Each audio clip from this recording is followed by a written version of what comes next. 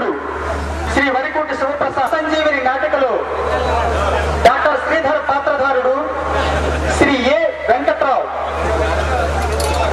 ఉత్తమ ద్వితీయ నటి శ్రీ నాయుడు గోపి. ముగింపు లేని కథ ఉత్తమ నటి. మృత సంజీవిని నాటకలు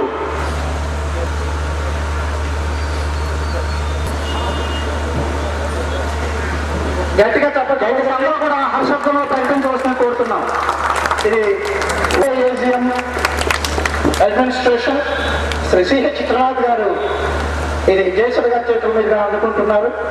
ఈ ఉత్తమ ద్వితన ఈ ఉత్తమ ప్రదర్శనను అందరూ ఆదరించి అభిమానించారు.